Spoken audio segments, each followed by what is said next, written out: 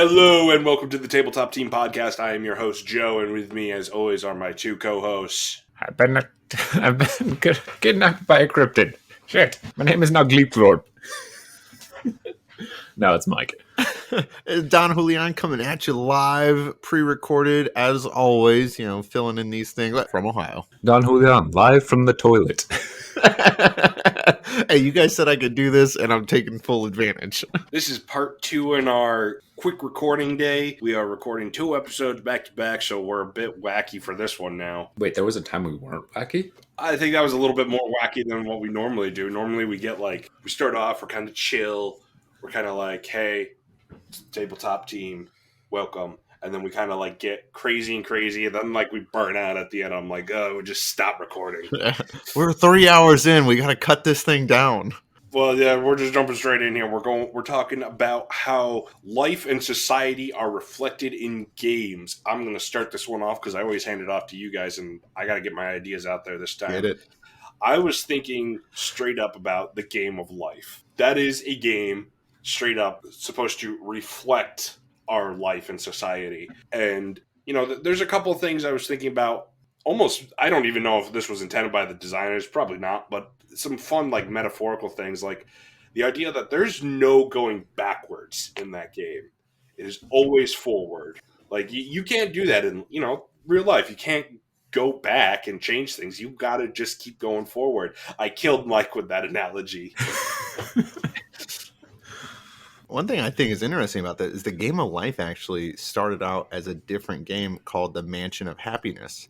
And in that game, the original game, it was all about morals and things. It was to teach people. And in that game, if you did land on a space called a sin space, you would go back, or you'd get put in the stocks, or you'd get your head dunked in water and you would go back. So I do find that interesting that in the new updated version of life, yeah, you don't get to go retry anything. You're constantly on the move trying to progress, and then it's over. Listen, the game of life is super unrealistic nowadays because there has been no giant terrorist attack or multiple financial economic crashes and recessions and fucking lifelong plagues. It seems like all I'm saying is they need a more realistic version, and the midlife crisis is just way too late in the game. It needs to be just out of college. We're starting to have a quarter life crisis. Yeah, the game of life's got to start when you're young. There's the Game of Life 2, which I believe is only a video game form, but it's still a board game. It's kind of funny because they try to be oh, you can go down one path to make money or another path to get experience and joy and knowledge and stuff. Oh. But if you only go down the money path, you always win. Which is another thing where it's maybe a little too close to home. Do I get a job or pursue my passion? I hope you like food because you're not going to like art. Can I pay my bills and joy and experience and all that? And exposure? Yeah. The other thing too was instead of kids, you can choose to adopt pets, which I thought was a fun little twist on that. Oh yeah, that is interesting. It's just funny. And, how, let's not get too political here. I'm just going to shut up. We'll cut this out, but I was going to talk cut it out. Let's hear it. I was going to talk about the police officer role and how you get to abuse your power. I think that should stay in the podcast, and I'll tell you why I think so, is because that is so accurate, and that is the only one that got to take something away or got to do something. If anyone rolls a 10, you had to give that player something, right? I think it was $100, or maybe it was $1,000. You're paying a speeding fine. But that job in the game isn't one of the more lucrative options you can take. But with that immediate sense of superiority, you do get to be you messed up, I'm taking advantage of you. You messed up, I'm taking advantage. And you didn't do anything but actually do well. If you roll a 10, you get to go further in the game. Don't go too fast. Give me that money. Yeah, when you get to Country Acres or Millionaire Estates, you usually get to pick which one. And if you're the first one to Millionaire Estate, you can get the stack of life tokens you're supposed to put there. Oh, yeah. But at the same time, you don't necessarily want to go fast through the game either because you need the most life tokens and money and stuff, which is definitely, maybe I'm thinking about this too deep, but it's almost a little poetic when you think about it. Oh yeah. Take your time. You'll hit all the steps. You'll get to experience the game a little bit more. Nah, I'm just speed running life IRL. I got a bridge later that I'm gonna jump off of. There's no bridges in Ohio. What? There's like lakes all around us. Yeah, lakes. You drive around. There was one bridge in Ohio, and that fell apart in the 60s. Nice. Thanks, Mothman. God damn it, Mothman. Wait, that's West Virginia. I mean, Close enough. Ohio. The other end of the bridge was in Ohio. Shush. Shush, don't make me look stupid. So another way that board games have been reflecting life is, board games have been around for what they think is like 5,000 years. We're supposed to predict like the afterlife and how you would like manage stuff. But more recently, in World War II, a couple games prior to World War II were like war style games, like Risk and everything. Well, Japan, when they bombed Pearl Harbor, they actually had those generals all play war-based games to practice and see if they could be effective. And that was like what they did to plan out Pearl Harbor, is just play games, strategy games to see.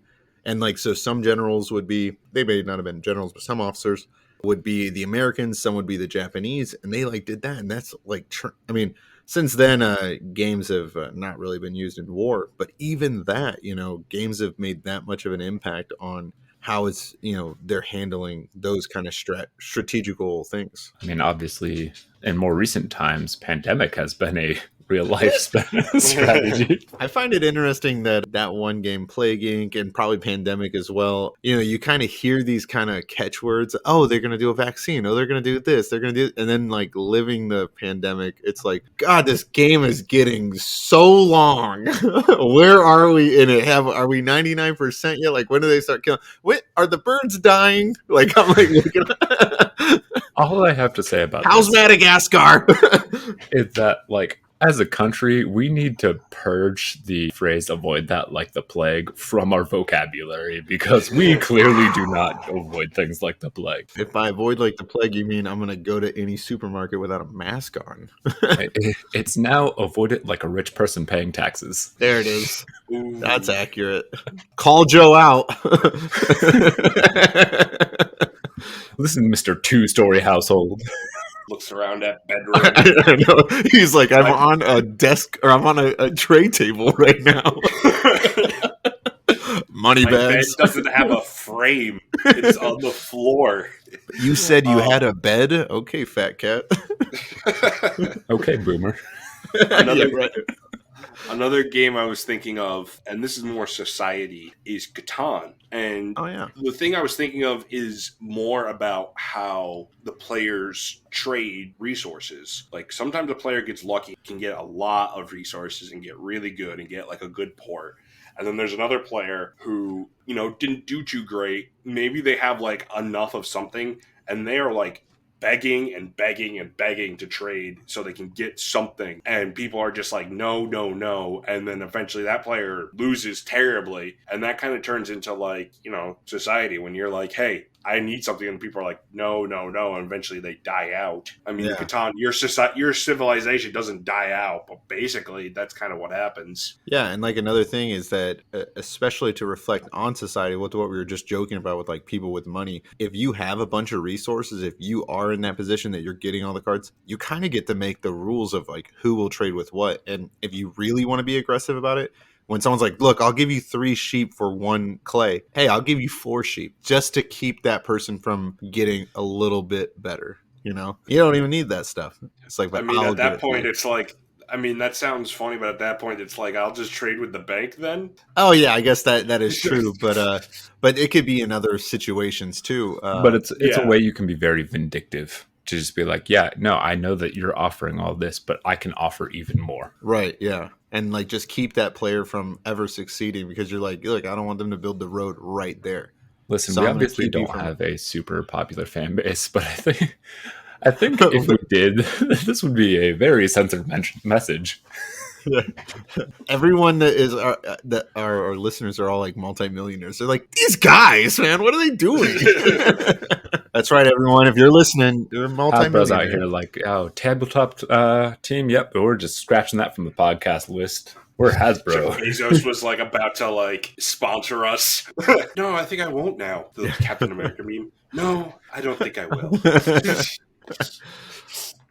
That would be awesome though if Hasbro sponsored us. I would be like Monopoly, Uno, all those are great games.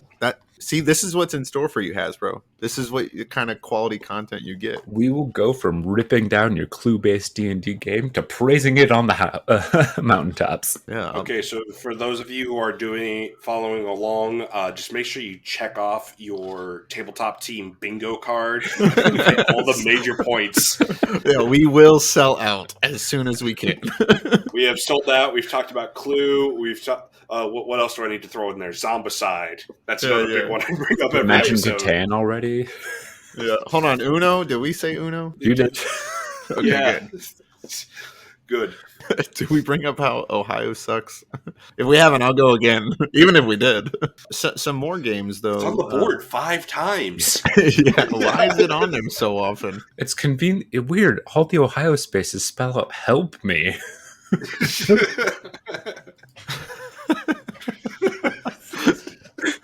I like that. Okay.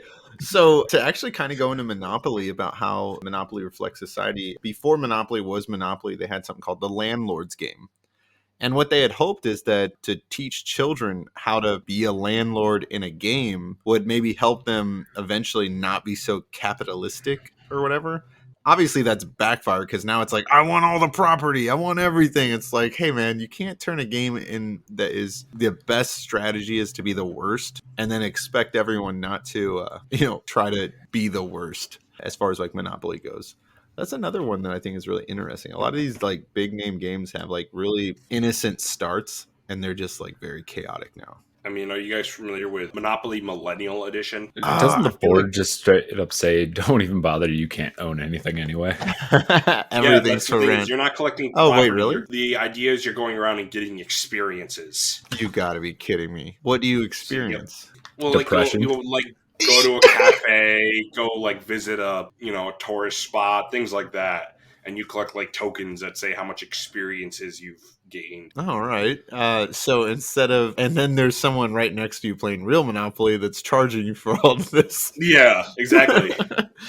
Oh, that's a really interesting thing. That reminds me, there is a game called like Class something, and it was popular. You either started out as like person in high society or person in low society, and what it was if the people in the low society were able to band together and unite, they would win. But if the people in high society could start a nuclear war, they won. So you get to like choose which faction you want to be on. You kind of play against each other in this game. And this is like a game maybe like in the 60s, 70s, and 80s. Like when the Cold War was going on. So I wonder why that game was the win condition in nuclear war. yeah. Hold on, I'm going to look it up real quick. What is it called? Class Struggle.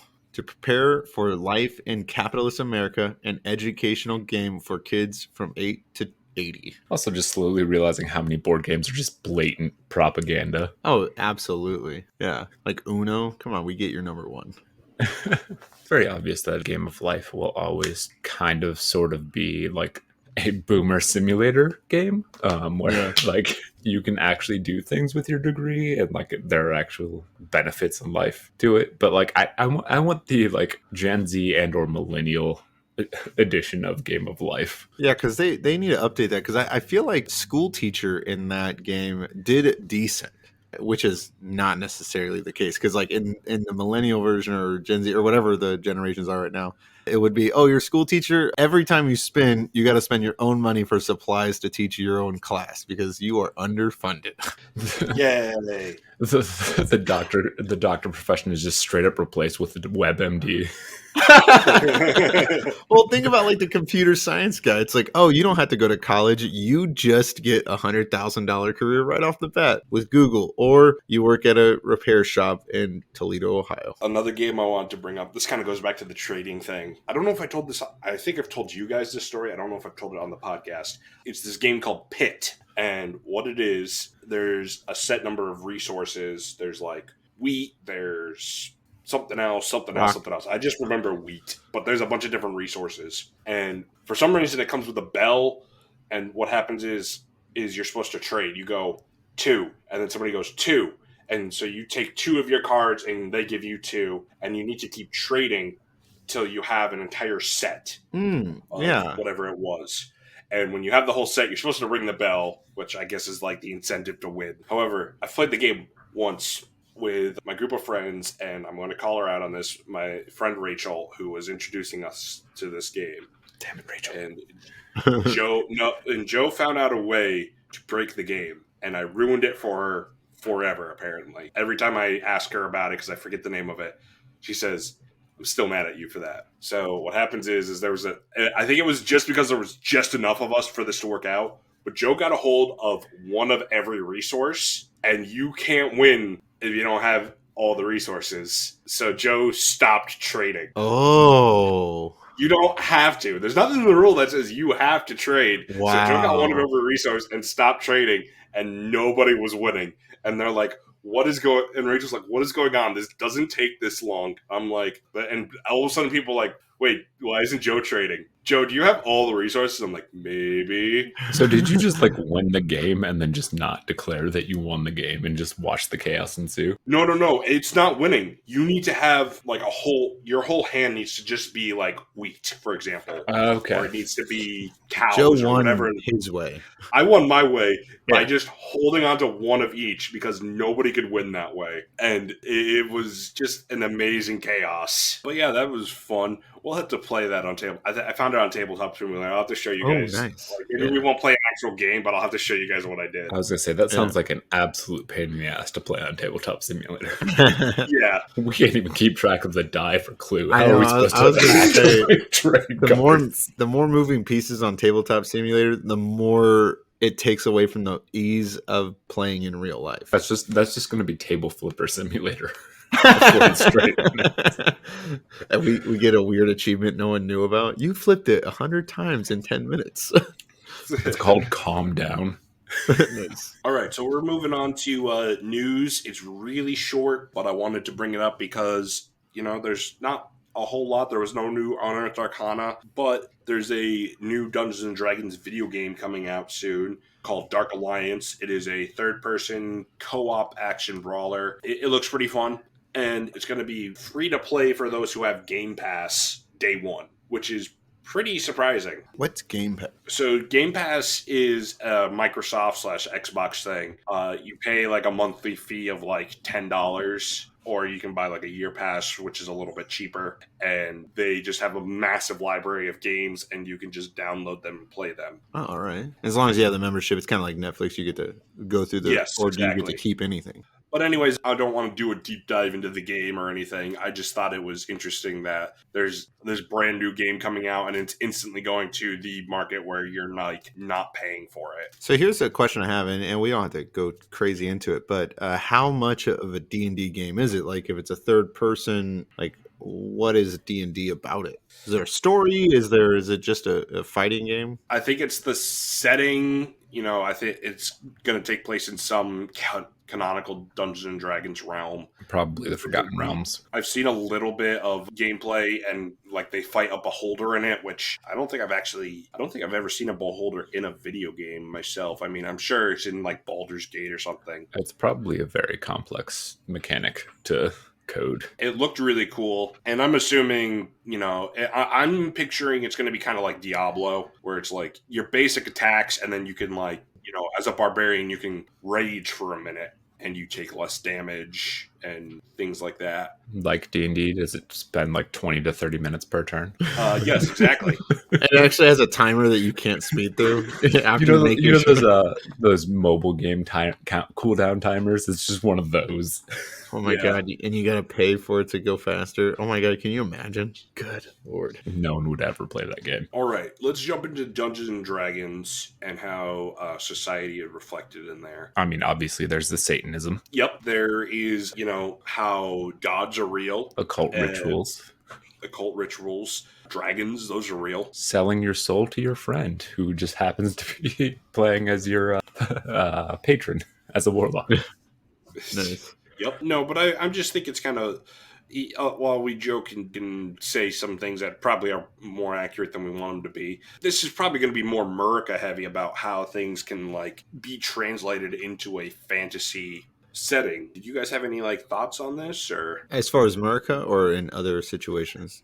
anything really? I mean, Because I pictured America would be like a big, strong topic because that yeah, is a reflection. It's a parody of real life. I love reading any of the literature on the America setting because it's always right there on the nose, of everything it's saying. I can't remember Jeff Bezos or like Jafar Jafar Bezos. Bezos. Yeah, like so it's always like, and then so even without reading the character description of this, I have a pretty good idea of what it's about to be. And then they had like something called the Arch, the Golden Arch, So there's all these things that are like, hey, look, this is what you're gonna encounter. Oh, like Killary. It's like, oh, okay, so like I understand who this is, I understand this stuff. And I think it's really interesting because it's poking fun at political, social topics. But since you know what it is like, it's so accurate that it's almost uncomfortable to be like, oh yeah, we do live in this society. Holy cow. I just like that all the city names are just like cities that got the lady treatment. Cobalt.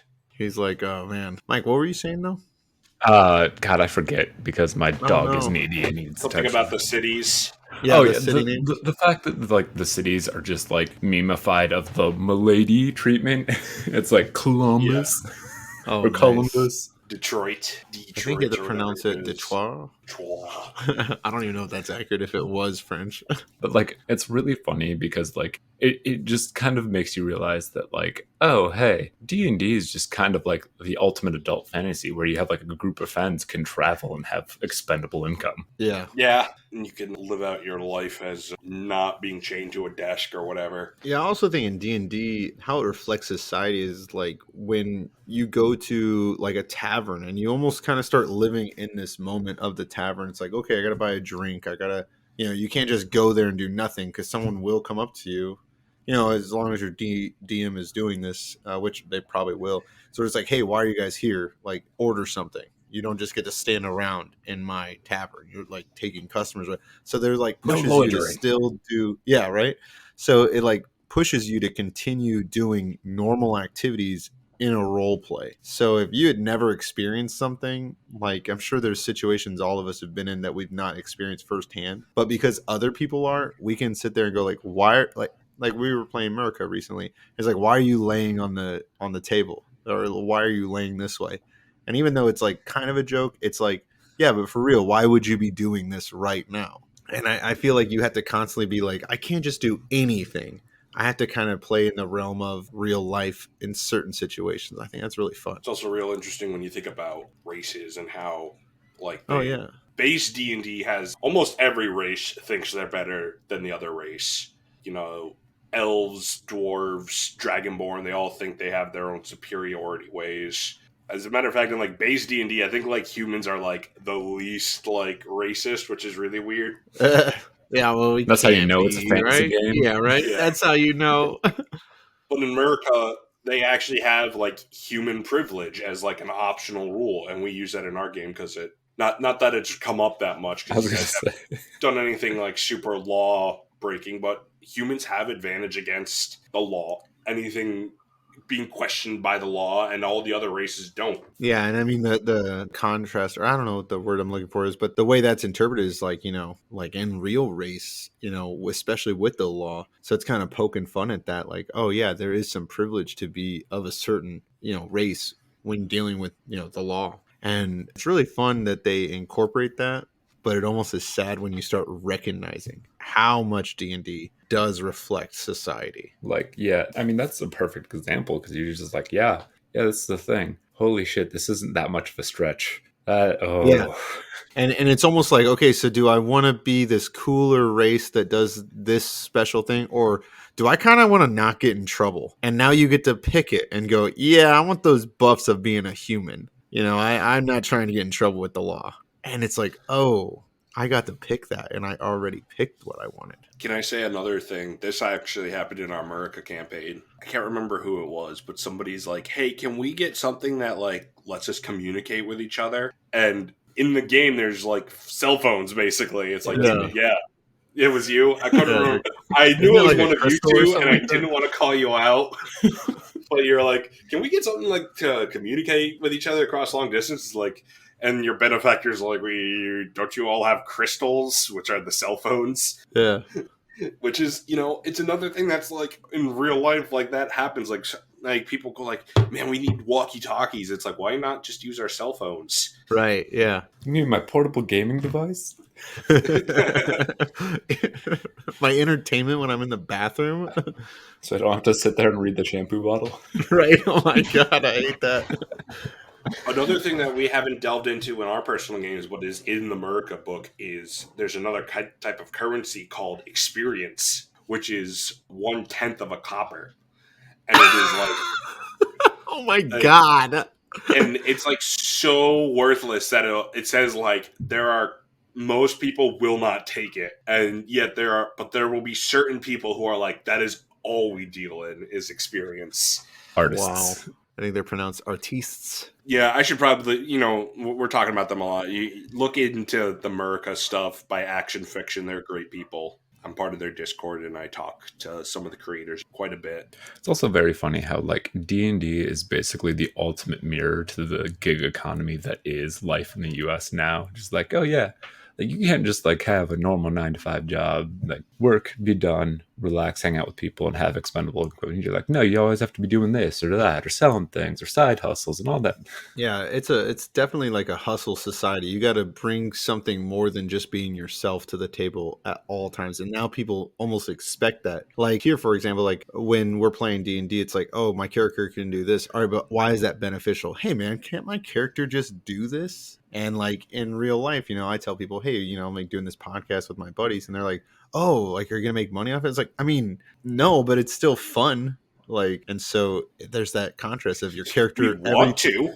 Yeah, like I know, yeah, we'd like to make but like money off of it, but but it's so like you can't create your character in the game without every bit being beneficial. Like you can't just be like, I want him to do this because this would be like a nonsense thing, or this would be like something that goes with the character, but you're wasting resources in other areas. Yeah. Like with spells, like maybe you have the mending spell because you're like, yeah, he's a carpenter, so he's like always mending stuff. It's like, yeah, but you can also do this other spell if you get rid of that. It's like, I guess you're right. That comes down to like a DM, right? Like mending could be, it really depends on like how role play versus combat heavy a DM is. Okay. Because like you can get some really good, like there are some DMs who are like, oh, I use minor illusion to like distract the enemy, and the DM's like, they see right through it and they attack you still. Oof. I believe the middle line is like you need to use your action to like investigate if it's fake, but then there's other DMs who are like, okay, roll like a deception or a performance check to see if you successfully recreated their long lost mother from a half drunken story about 3 weeks ago.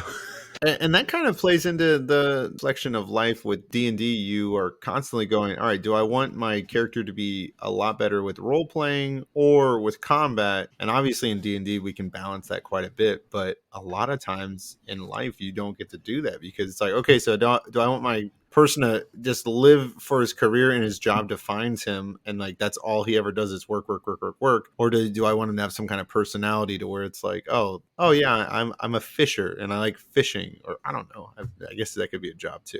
That was a bad example. It's a terrible example. Oh, again.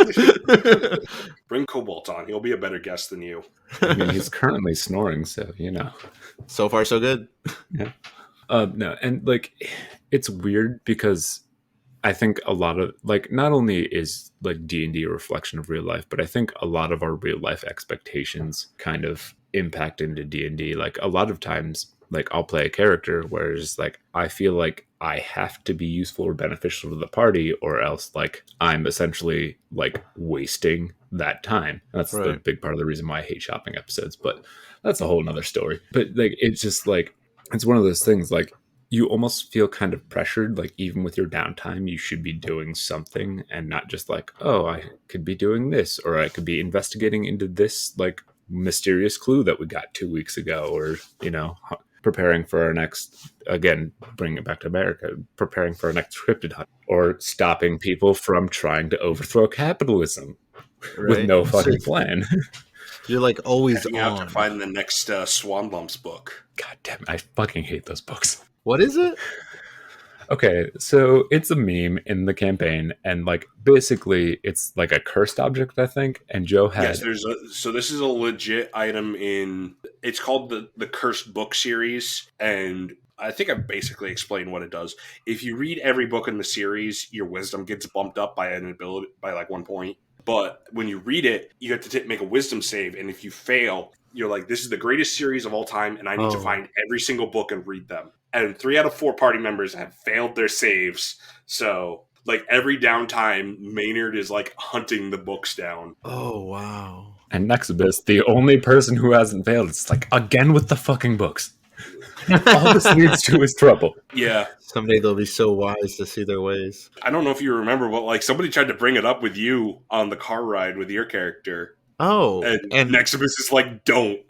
that's so interesting because I'm glad I didn't know that when we were talking about it because I was, kind of gives that like more authentic, like, oh, well, what is the book? You do not want to know about this book, and as soon as, and then it's like, oh, great. Now I'm obsessed with the freaking book. Yeah, That's awesome. I also like how like in our last combat of that most recent session, like I tried to convince that guy, like just go home, just survive, just like live, and then he just got captured and died, and it's just like just like Oh, if you would just yeah. listen to me, if one person in this whole campaign would listen to me, everything would be better. first off, that's another reflection of America is people don't want to listen to what's a good idea and what's not. That's a reflection of parenthood. And the other thing too is Joe set up a nice little warm-up combat round mainly for our guest who hasn't played D&D in like a year. So I wanted, and everyone's like, "We're gonna bypass this." I'm like, "Okay." So I think I don't know if I told everybody this, but I told enough people, so it's not a full spoiler. But Joe's like, "Well, I guess I'm going to take out that magical long rest potion I had hidden for you guys. So good luck with your next fight." What I find funny about that is at one point I had like these opportunity attacks which I get to take and they're like pretty powerful with the character I play. But no one was attacking. The whole idea was to like sneak around like they're casting all these things and I'm like, "Okay, I just had 3 people run by me. I can hit them all and who knows what they'll do." It's like, "Nope, I'm going to stand here and what?" Because in the game that guy is a new guy and he's watching these people not do something, and his character is a soldier where he's like, "Hey, I get it, like, be in the group, not like sit here and destroy everything." So that has all stemmed from during our hunt for Bigfoot. We went like full murder hobo a little bit Nice. there for a second, specifically our sorcerer. And like Nexibus. To be fair, let me clarify before you continue. Most of our attacks, we just have straight up set to non-lethal. But I also have a rule where it's like, if you do too much damage, you can't control. There's certain things where it's like, if you cast a fireball on a group of people, you can't control that. That's going to kill people.